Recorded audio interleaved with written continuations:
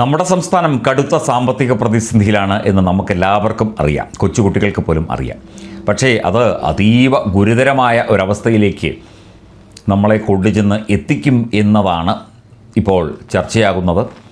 പുതിയ സർക്കാർ വരുമ്പോൾ അത് LDF സർക്കാരാകട്ടെ, UDF സർക്കാരാകട്ടെ, മുഖ്യമന്ത്രിയായി പിണറായി വിജയനാകട്ടെ, KC വേണുഗോപാലാകട്ടെ, VD സതീശനാകട്ടെ, ആരായാലും ഇനി അങ്ങോട്ട് ഒട്ടും സുഖകരമായ നാളുകളല്ല നമ്മുടെ സംസ്ഥാനത്തിൻ്റെ സാമ്പത്തിക സ്ഥിതിയെ സംബന്ധിച്ച് എന്നുള്ള റിപ്പോർട്ടുകളാണ് പുറത്തു വരുന്നത്.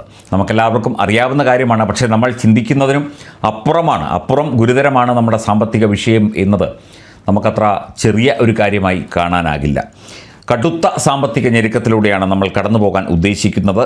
ശമ്പള പരിഷ്കരണം ഉൾപ്പെടെ നിരവധി വെല്ലുവിളികൾ, അതുപോലെ കിഫ്ബിയുടെ വായ്പാ തിരിച്ചടവ് അടക്കം വലിയ പ്രതിസന്ധിയിലാകും എന്നാണ് റിപ്പോർട്ടുകൾ സൂചിപ്പിക്കുന്നത്. അതുപോലെ റവന്യൂ കമ്മി 42,000 കോടിയിലേക്ക് എത്തുന്നു എന്നുള്ള വളരെ ഗുരുതരമായ ചില കാര്യങ്ങളും തീർച്ചയായിട്ടും നമ്മൾ പരിശോധിക്കേണ്ടി വരും. സർക്കാർ ജീവനക്കാർക്ക് 5 ഗഡു ക്ഷാമബത്ത നൽകാനുണ്ട്. അതായത് 13% ഇത് നൽകാൻ ഇന്നത്തെ സ്ഥിതിയിൽ കഴിയില്ല. അപ്പോൾ സർക്കാർ ജീവനക്കാരുടെ കാര്യം ഒരു തീരുമാനമായി. ശമ്പള പരിഷ്കരണത്തിന് 20,000 കോടിയിലേറെയും ജീവനക്കാരുടെ ആനുകൂല്യങ്ങളുടെ കുടിശ്ശിക കൊടുക്കാൻ 10,000 കോടിയിലേറെയും രൂപ വേണ്ടിവരും.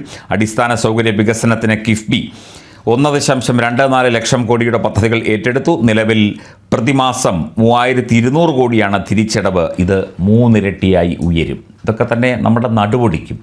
ഇത് സാങ്കേതികമായി കേൾക്കുമ്പോൾ നമുക്ക് പ്രത്യേകിച്ചൊന്നും തോന്നില്ല. കിഫ്ബിയുടെയും ധനക്കമ്മിയുടെയും റവന്യൂ കമ്മിയുടെയും ഒക്കെ കാര്യത്തിൽ കേൾക്കുമ്പോൾ അതത്രയേ ഉള്ളൂ എന്ന് നമ്മൾ ചിന്തിക്കും. പക്ഷേ സാമ്പത്തിക വിദഗ്ധരും സാമ്പത്തിക അവലോകന നടത്തുന്നവരും ഒക്കെ തന്നെ പറയുന്നത് ഇത് വലിയൊരു കടബാധ്യതയിലേക്ക്, സാമ്പത്തിക ഞെരുക്കത്തിലേക്ക് നമ്മുടെ സംസ്ഥാനത്തെ കൊണ്ടുചെന്ന് എത്തിക്കും എന്നാണ്. എന്നാൽ നമ്മുടെ ധനമന്ത്രി പറയുന്നത് നേരെ തിരിച്ചാണ്.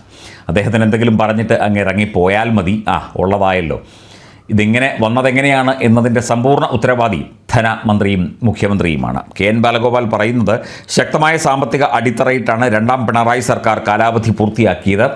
അതിൻ്റെ നേട്ടം പുതിയ സർക്കാരിന് ഉണ്ടാകും എന്നാണ്. അദ്ദേഹം എന്ത് കണ്ടിട്ടാണ് ഈ മണ്ടത്തരം വിളിച്ച് പറയുന്നത്, അല്ലെങ്കിൽ ഈ ഇല്ലാത്ത കാര്യം വിളിച്ച് പറയുന്നത് എന്ന് നമുക്ക് ചിന്തിക്കേണ്ടി വരും. ഇവിടെ ധൂർത്ത്, സ്വജനപക്ഷപാതം, ആവശ്യമില്ലാത്ത ചെലവോട് ചെലവ്, റിട്ടയർഡായവരെ പോലും തിരിച്ചു വിളിച്ചു കൊണ്ടുവന്ന് ലക്ഷങ്ങൾ ശമ്പളം കൊടുക്കുകയാണ്. ആവശ്യമില്ലാത്ത തസ്തികകൾ ഒക്കെ തന്നെ സൃഷ്ടിച്ച് ലക്ഷങ്ങൾ ശമ്പളം കൊടുക്കുന്നു. ഒരു മന്ത്രിക്ക് എത്ര പേഴ്സണൽ അസിസ്റ്റൻസ് ഉണ്ട്, അവർക്കൊക്കെ എത്ര രൂപയാണ് ശമ്പളം, അവർക്കൊക്കെ എത്ര രൂപ ഇനി ആജീവനാന്തം പെൻഷൻ കൊടുക്കേണ്ടി വരും. ഇവിടെ നവകേരള സദസ്സ് എന്ന് പറഞ്ഞ്, നവകേരള ബസ് എന്ന് പറഞ്ഞ് കോടികൾ ധൂർത്തടിച്ചു. ഇവിടെ ഒരു ചെറിയ കാര്യമുണ്ടായാൽ പോലും വലിയ PR വർക്ക് നടത്തി കോടികൾ ധൂർത്തടിച്ചു. ഇലക്ഷൻ്റെ ഹോർഡിംഗ് വയ്ക്കാനും പത്രങ്ങളിൽ പരസ്യം കൊടുക്കാനും ഒക്കെ ആയിട്ട് ചിലവായത് ഏതാണ്ട് 227 കോടി രൂപയാണ്. കോടികൾ. കഴിഞ്ഞ ദിവസം B. അശോക് അദ്ദേഹം ഈ കാര്യങ്ങളൊക്കെ തന്നെ ചൂണ്ടിക്കാട്ടിയിരുന്നു. ഇങ്ങനെ കോടികൾ പലതുള്ളി പെരുവെള്ളമായി ഒഴുകി രാജ്യത്തിൻ്റെ സംസ്ഥാനത്തിൻ്റെ നട്ടെല്ല് ഒടിച്ചിരിക്കുകയാണ് ഇടതുപക്ഷ സർക്കാർ ചെയ്തത് എന്ന് തീർച്ചയായിട്ടും പറയേണ്ടി വരും. അതുപോലെ നികുതി വരുമാനം 83,731 കോടിയായി വർദ്ധിച്ചു. എങ്കിലും ചെലവ് 1.92 ലക്ഷം കോടിയിലെത്തി. ചെലവിനേക്കാൾ എത്രയോ കൂടുതലാണ്, വരവിനേക്കാൾ എത്രയോ കൂടുതലാണ് ചെലവ് എന്ന ഈ ഒരൊറ്റ കാര്യം കൊണ്ട് നമുക്ക് മനസ്സിലാകും. ധനകാര്യ കമ്മീഷൻ ശുപാർശയിലൂടെ DVC പൂൾ പ്രകാരം 10,000 കോടി വർദ്ധിച്ചതാണ് ഏക ആശ്വാസം. അത് കേന്ദ്ര സർക്കാരിൻ്റെ വിഹിതമാണ്. സംസ്ഥാനത്തിനുള്ള വിഹിതം 1.92 നിന്ന് ഇപ്പോൾ 2.38 ആക്കിയിട്ടുണ്ട്. അതുകൊണ്ടൊന്നും രക്ഷയില്ല. ഇതൊന്നും ഒരു രക്ഷയുമില്ല. കൊടും ചൂടത്ത് ഒരു തുള്ളി വെള്ളം മഴയായി പെയ്താൽ എന്താണ് കാര്യം? ഒരു കാര്യവുമില്ല. അന്നേരം തന്നെ ആവിയായി പോകും.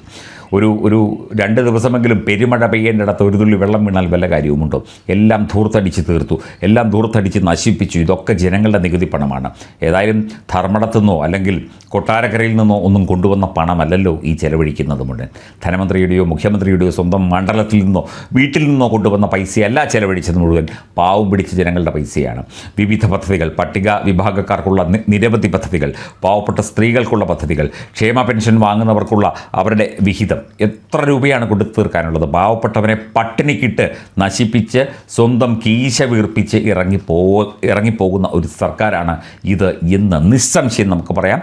ഇനി വരുന്ന സർക്കാർ, അതേത് സർക്കാരായാലും അതിൻ്റെ എല്ലാ ബുദ്ധിമുട്ടുകളും അനുഭവിക്കും. ഒപ്പം ജനങ്ങളും, പാവപ്പെട്ട ജനങ്ങൾ നട്ടം തിരിയും. അവർക്കൊന്നും ഒരാനുകൂല്യങ്ങളും കിട്ടില്ല. ഒരു പദ്ധതികളും സംസ്ഥാനത്ത് നടപ്പിലാക്കാൻ സാധിക്കില്ല. കാരണം പണമില്ല.